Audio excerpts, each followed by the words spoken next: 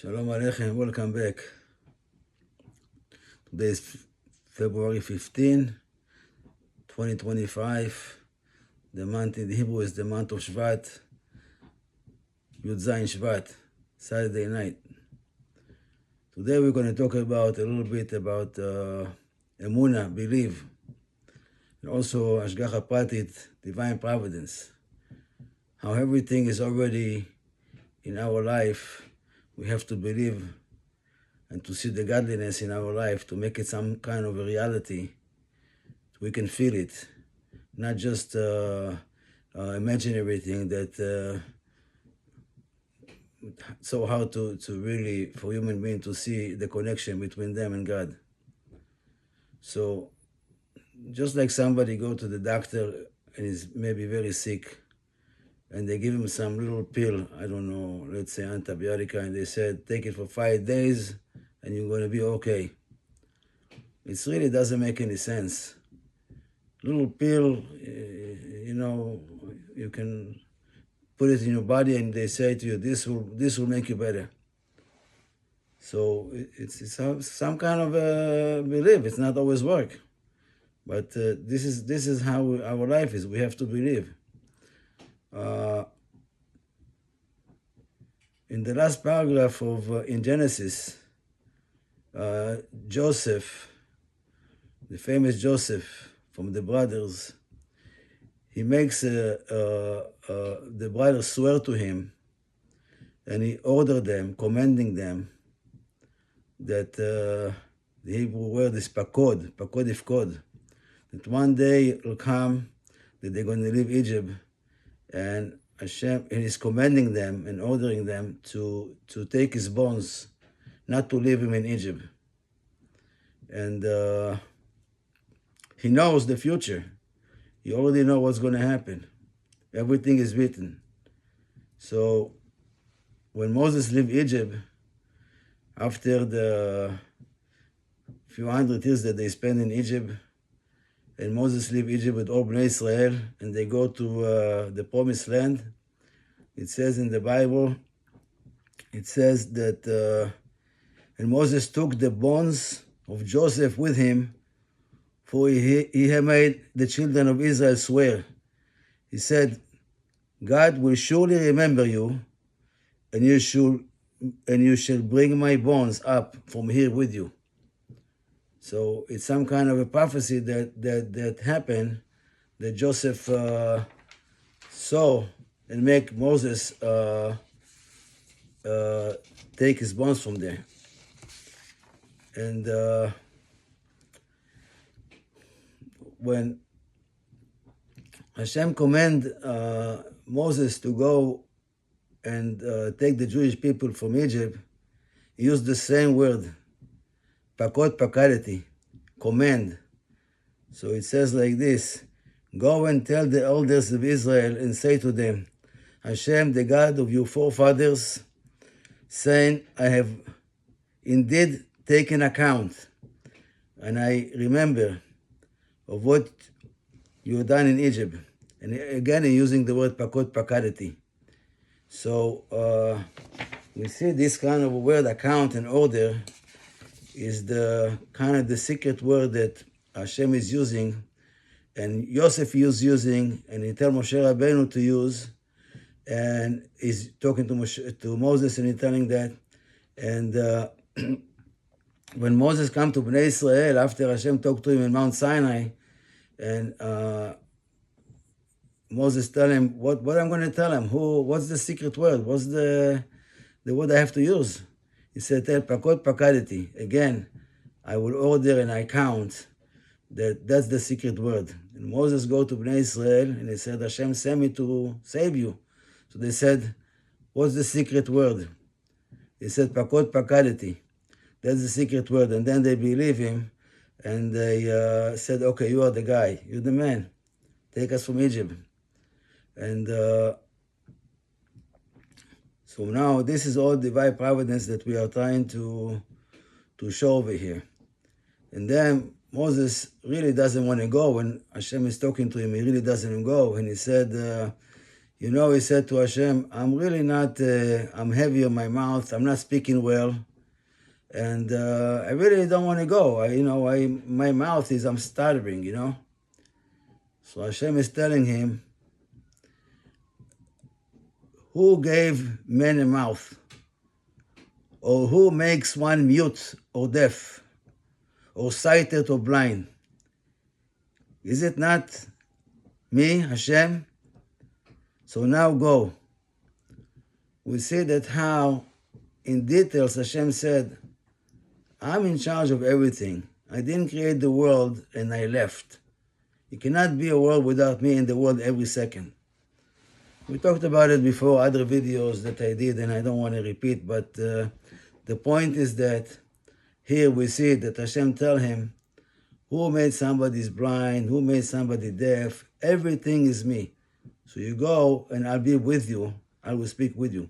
So we see from here the divine providence that Hashem is everywhere. And there's another example. When Hashem tell Moses to go and to talk to Pharaoh, so he said to him, go speak to Pharaoh. I know that, tell him to send Bnei Israel, and what I'm going to do, and I shall harden Pharaoh's heart. I will make Pharaoh not sending. Whatever Hashem have a reason to make it in 2, 3, or 10 plagues on Egypt. So this is something, another issue to talk about. The point is that Hashem is telling Moses, you go, and I will harden his heart to say no. So we see again the divine providence, how Hashem can make somebody speak, make somebody harden his heart to say yes or no. Everything is controlled by Hashem. So, of course, it's a question of emunah. People feel that they're not connected to anything. They feel free. But when you talk on the phone, it's connected to somebody. It's wireless. Everything is wireless. So the same thing with us. We are wireless. We don't feel the connection to Hashem, and that's the miracle. Hashem can create something and make the person feel it's not connected to anything. But basically, we're all wireless. Everything is controlled. And why we have the choice of choosing how we want to choose, that's another discussion. But it seems like everything is controlled from what I'm saying over here.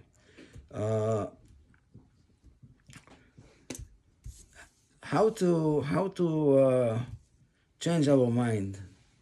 How to change our mind a little bit to shift it to different thinking than normality and the world and everything is the way we see. We don't think in spiritual things sometimes. It's very hard. Afterwards, there's the world, there's the get up in the morning, the business, the family, the kids, everybody with the flood that they have all day, that they just get up in the morning, the flood is already there. How we going to believe?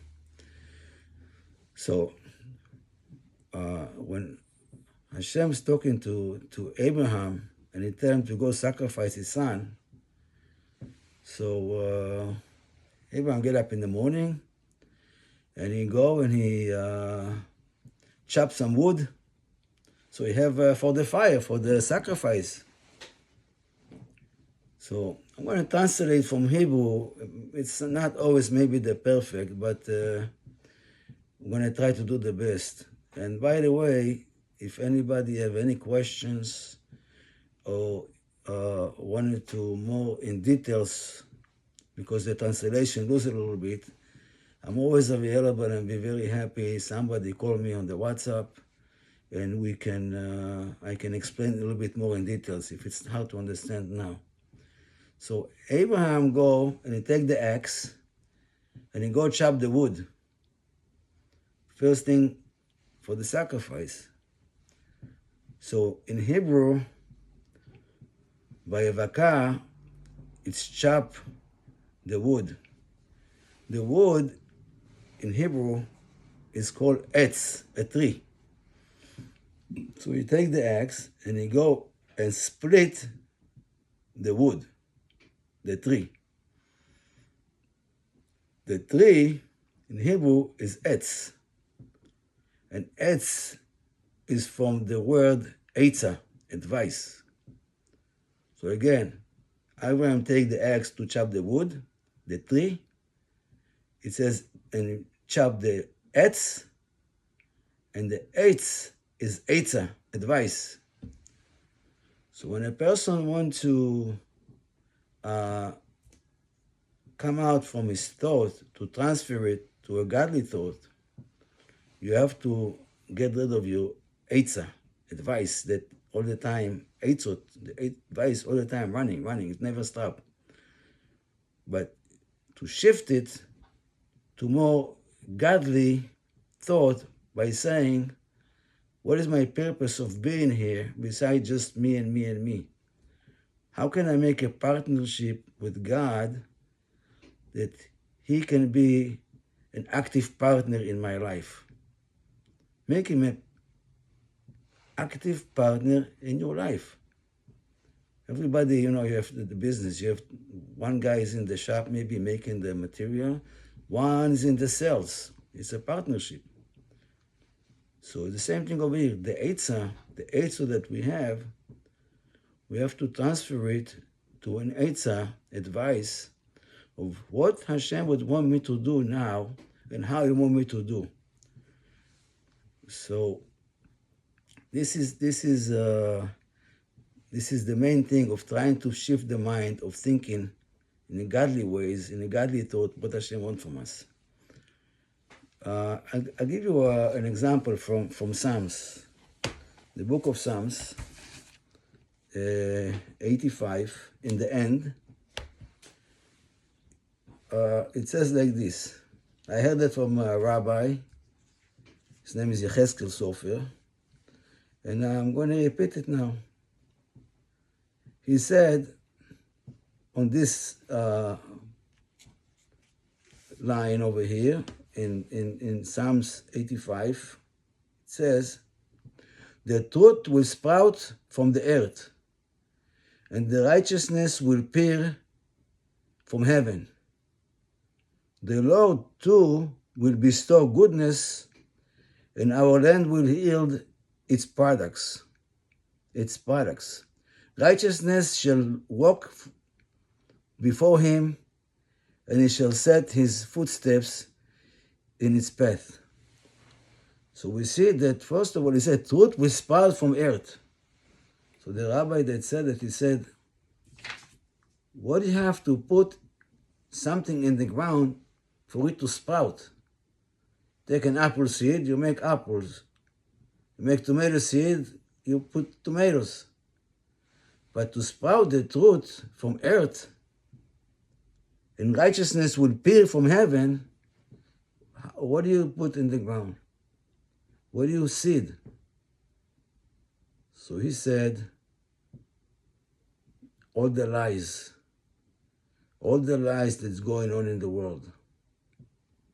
All the lie, when you take the lie and you bury it, and only people want good and speak good, and not everything politically correct, only what the people want to hear. Not to be afraid to say the truth.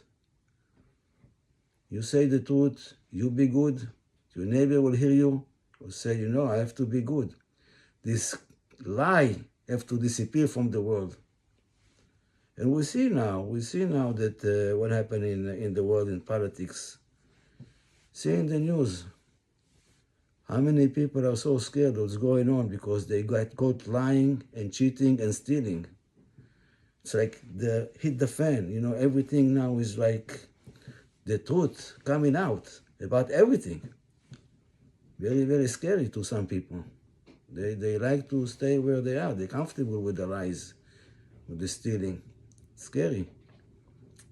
So if we bury the lie, the truth will spread out, and Hashem will be a partner with us. The Lord will bestow goodness on us.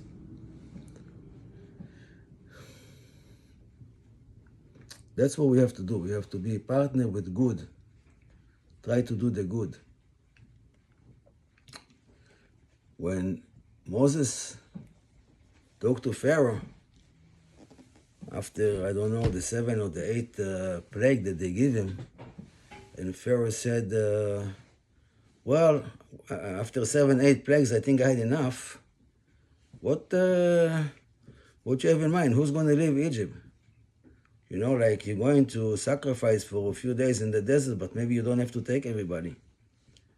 So Moses is telling him, the man, the wife, the children, the babies, everything is leaving. You know why? Because we don't know what Hashem is going to ask us to serve Him. We're not going to leave Parsa. We're not going to leave Parsa. You know what is Parsa in Hebrew? Parsa in English? Parsa is a horseshoe. Horseshoe. Moses is telling Pharaoh, we're not going to leave even one horseshoe over here. One footsteps over here, over horseshoe. In Kabbalah and mysticism, a horseshoe, it's mean between the worlds, in mysticism, between different worlds, between each world to the other one, there is something that called parsa. In English is a horseshoe, which means it's like eliminating a little bit the power of one world to descend to the other world.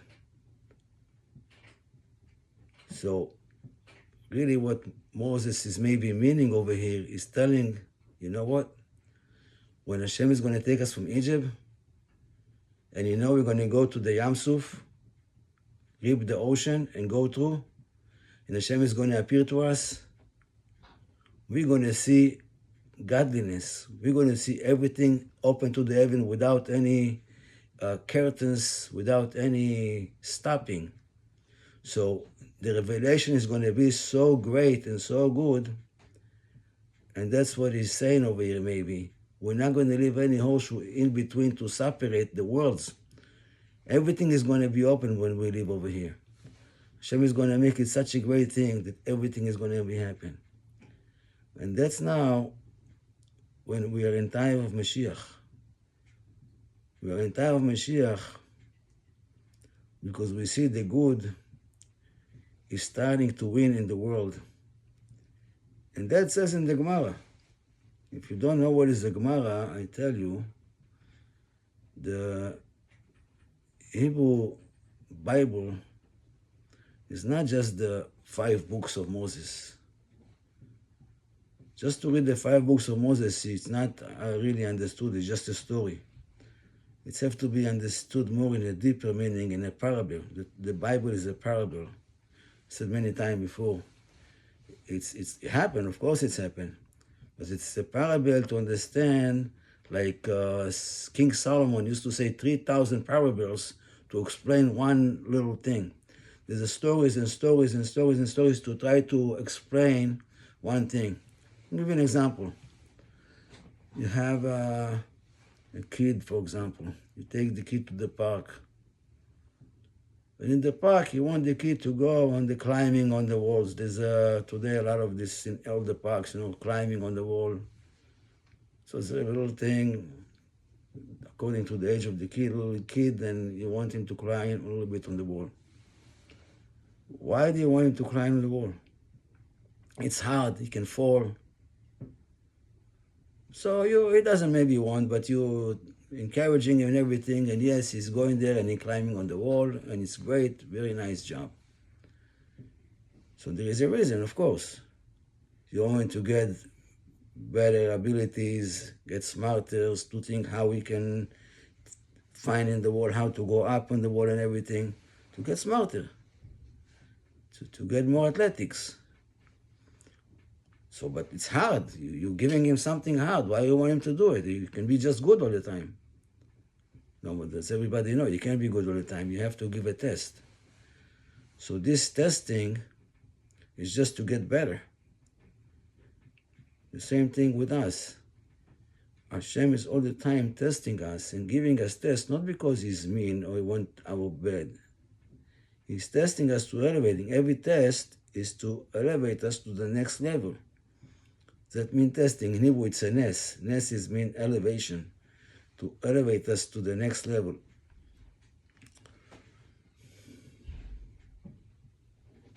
When you put a seed in the ground, it really doesn't make any sense. It should die. The seed should die. The seed of a tree, you put a seed of an apple tree, the seed should die. You put it in the ground, it disintegrates. Where this power come from? How this grow? It's so natural to us that, yeah, I take a few seed, I put in the ground, I go away, and boom, I have a tree later. That's because the power of God is in everywhere, everything. He makes everything. It's not... it's meant to us like it's so natural to us. Yeah, I put a seed in the ground and tree grow. But if you really think about it a little bit deeper, you see, you took something good, a good seed, and you put it in the ground. Where is the ground getting the power to make a tree? Because what? It's so natural, so okay, so it's going to be. That's showing us when Hashem created the world, He put the power in the ground to make everything happen. Without Him, nothing would happen. I'll give you another example of divine providence. If you know the story of Balak and Bilam, the prophecy that Balak hired him to curse the Jewish people when they came out of Egypt. So Balak hired him. Balak was a big king, and he hired Bilam to curse the Jewish people. So Bilam is telling him, you know, if I'm going to come, I'm only going to say what Hashem is telling me to say. I can only say what God tells me to say. How come he's talking like this? What are you coming up with this? Because you cannot say otherwise. God told him, you go, and only when I'm going to put in your mouth, you're going to speak. So after 3 different times, in 3 different places, that he was trying to curse the Jewish people, 3 times he blessed them. And he blessed them, and he blessed them, and he gave them more blessing. Come to the point that Balak said, you know what? I give you like a few minutes to get out of here before I'm going to kill you. I hired you to curse them, and 3 times, 3 different places, you bless them, you give them blessing. And what a blessing. You can read, you can see, reading the Chumash. Look in the Bible, look. So again, the point is, nobody can say anything or think even anything. Because we see from what I said before with Pharaoh, with Moses, with Joseph, that they tell him, you make sure that when you live over here in 100 years or 200 years, remember to take my bonds from you, because it's a promise. So everything is like, not, I can't even say perfect. Perfect is not the word for Hashem. It's embarrassing to say. Everything is so set that not a human being have to think about it. You have to try to make Hashem a partner in your life. I hope that everybody will be successful, and I can help with maybe advice that people never thought about these things. That if a person make Hashem his partner in life, he will be very happy, very calm, because you're going to understand that who's better partner than Hashem? You don't have to worry about anything.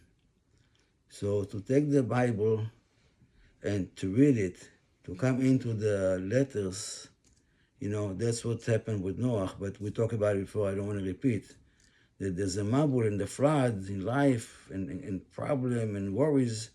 It's always good to open the Bible and to read, and this will definitely help, because it's absorbing, it's going to absorb by your body.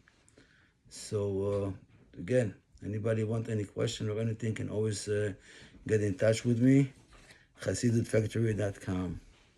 Thank you very much for listening.